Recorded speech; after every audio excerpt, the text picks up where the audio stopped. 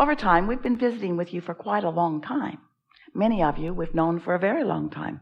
Even in this room, we've been gathering together for years.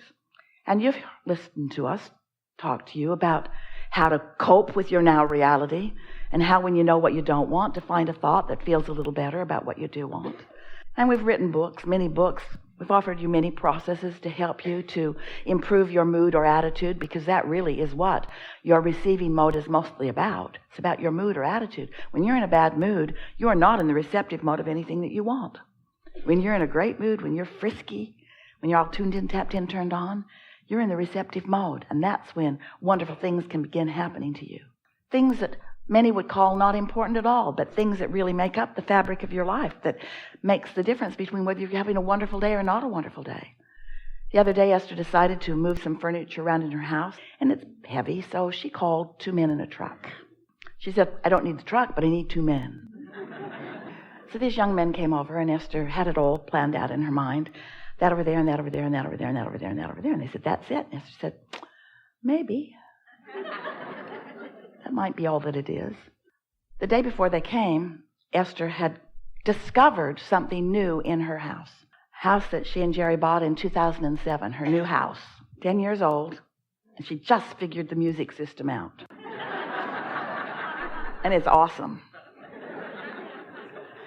So she's playing around with it, and she discovers, because of the receptivity to the outside world, that she had many, many different genres of music. And so she was going through them, and she spent about 15 or 20 minutes on each one. She really wanted to hear what kind of things were happening in each of those locations on her dial. And she ran across rap. Boom. Oh, so exhilarating. So she listened and moved around, turned it on in all of the locations. Every room in the house, every garden, under every bush and tree, out in the courtyard, down the driveway, everywhere. Everywhere. And there are dials all around the house so that you can adjust the volume everywhere. Up, up, up, up, up. Oh, intoxicating. The next day, these young men are there, and they're moving things around for Esther, and they're all having a good time. And they ask Esther, what do you do? And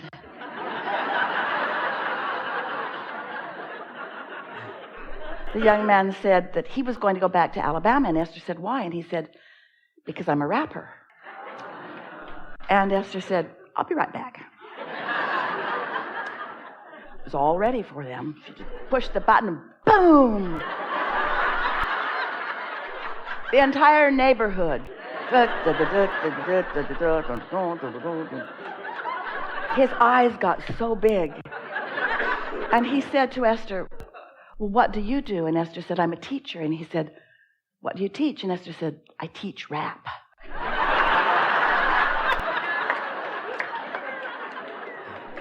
And then she admitted that she didn't teach it. She just really liked it. And then they had a wonderful conversation. And then she signed a book and gave it to him, and signed another book and gave it to him. And they had this wonderful conversation. And as he was leaving, he wanted to know which one should he read first. And Esther pointed to where she thought he might like to start. And as they were leaving, Esther didn't realize that it wasn't about moving furniture. It was about meeting someone. It was about thoughts turning to things, thoughts turning to things, thoughts turning to things, thoughts turning to things. Getting ready to be ready, to be ready, to be ready, to be ready, to be ready, to be ready. There is nothing in all of the world that Esther would have enjoyed more for that 2 hours that she was with those 2 men than what happened. And the thing that she is on fire about is how ready for them she was. Now, how does somebody get ready for something that's going to happen tomorrow? It's not really tomorrow. It's all in the vortex, and it's all now, and it's all in the process of becoming.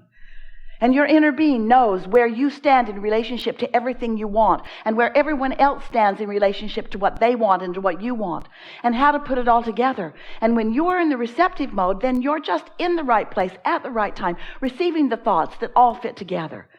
There are so many who would call that coincidence, or just, and a coincidence, we would call it a coincidence. It's a co-creative incidence.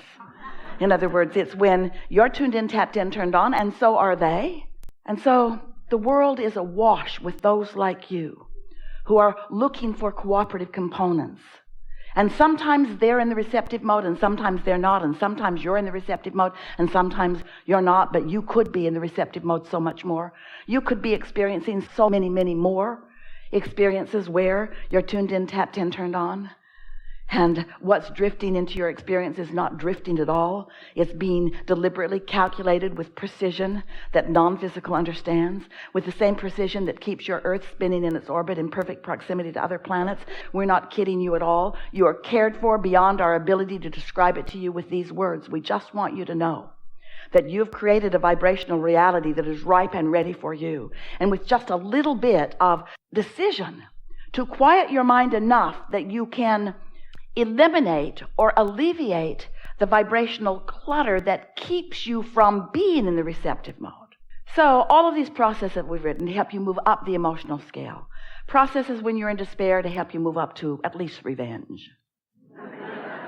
Feels so much better than despair.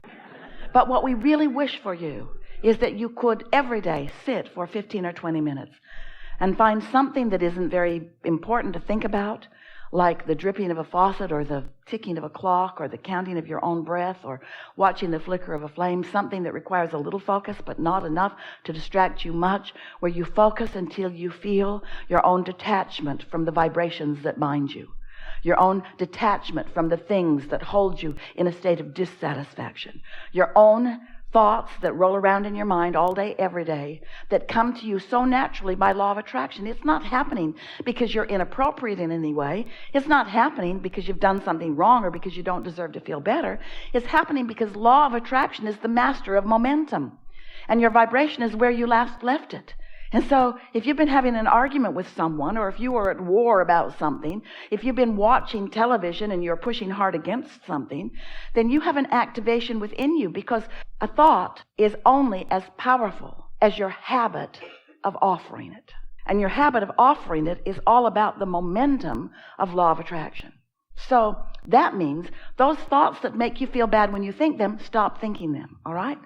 We've enjoyed this interaction immensely. So, but you can't just stop thinking that thought, can you? You can't stop thinking that thought because you're thinking about that thing you're not going to think about while you're thinking about not thinking about it. I'm not going to think about that anymore. I'm not going to think about that anymore. I'm not going to think about that anymore. I'm not going to think about that anymore. And it just gets bigger and bigger the more you're not going to think about it, because you're thinking about it even though you don't want to think about it. Law of attraction won't let you let go of it. Deep doo-doo. Law of attraction won't let you let go of it. So you've got to think a different thought. But the thing is, when you've got a big raging thought and you try to think of the thought in the opposite direction, if you could do it, it would just rip your head off. You can't. The momentum would be very hard on you.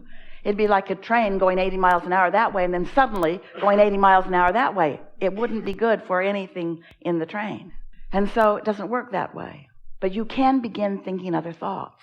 So we've suggested things like when you go to sleep at night, your momentum stops, and when you wake up, you do have a window. It's about 2 seconds.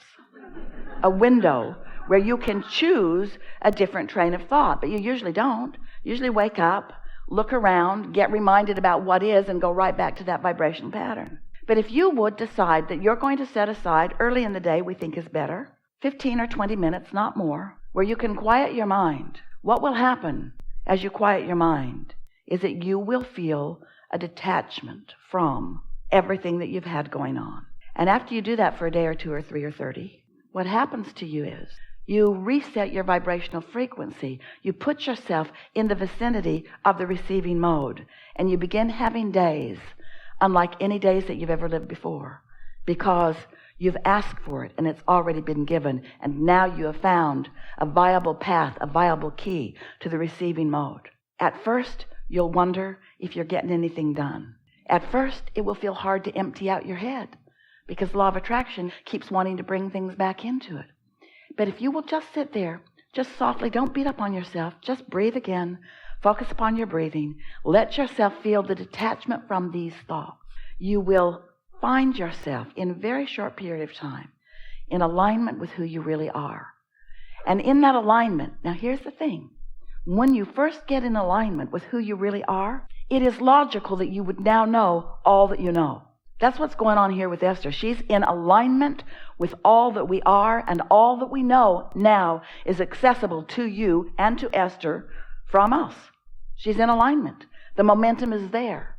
But in the beginning for you, even though your alignment is just as extreme as Esther's is now, your ability to translate, your ability to receive, not quite yet up to speed, maybe, and the momentum of that alignment, not quite up to speed, maybe. So at first when you meditate, that's why you don't really want to do it that much, is because it's not very satisfying, because it's kind of like nothing for a little while.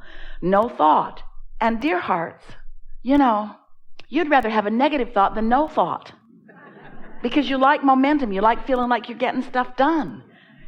But we want to sort of do a sales job the other way just for a little while and help you to receive personally the benefit of no thought. The benefit of no thought is that you can find that mindless place where law of attraction can help you then to come into alignment with your inner being. And if you're able to stay there for just a little while, what happens is that momentum of that no thought will become greater and greater until something will occur to you. Esther's laughing because when she sits to meditate, often those first thoughts that come are images or ideas about silly things like moving furniture around. She thought, maybe I should work on world peace. Nah, I'll just move my furniture around. Because that was something that she could receive. You see what we're getting at? Now, it doesn't take very long when you allow yourself to just receive whatever it is to realize, and this is the thing that we want you to know, this is the key to your success in this. And we can tout the benefits of it all day long, and we usually do, and we think you get that. But this is how you know that you are in the receiving mode and that it's of benefit to you. You feel satisfaction in being there. And that satisfaction might just feel like ease and calm, or it might feel like off-the-wall enthusiasm. And ease and calm is perfect alignment. And off-the-wall enthusiasm is also perfect alignment.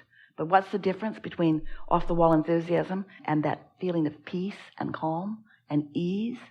It's just momentum. So if you get there and you allow yourself to stay there, law of attraction will bring you more and more and more and more momentum. And so those vibrations at first will be feelings. They might even be images for many of you. But they will be satisfaction if you'll just try it for a week or so. You will feel satisfaction. And then if you keep it up, then you've been meditating, you received that feeling, and now your thoughts are beginning to flow, and now your timer goes off. Esther sets a timer because she really doesn't want to give more than 15 or 20 minutes to this. Sometimes it takes 14 minutes to get there, depending on what's going on in your mind. But then, if you begin the day like that, what begins to happen is, through your day, you will begin to notice better timing than you've ever lived. More ideas coming into your mind. More ideas occurring to you. And you may be tempted to say, I thought the best thought. Or you might say, I had the best idea. And then in time, you'll begin saying, I received the best idea. I'm in the receiving mode. Because your inner being knows where you stand in relationship to everything you want, and knows, and here are the operative words, knows what your path of least resistance is to get you there. Which means your inner being might give you the idea that you want to move some furniture around, even though your inner being knows that you're going to move the furniture around with someone who's looking for what you know. And your inner being also knows that you might want a sort of comfortable opening, getting to know each other because you're a few decades older than they are. What would be the path of least resistance? Your inner being knows you've got a music system that you don't know how to run. Your inner being knows how to run it.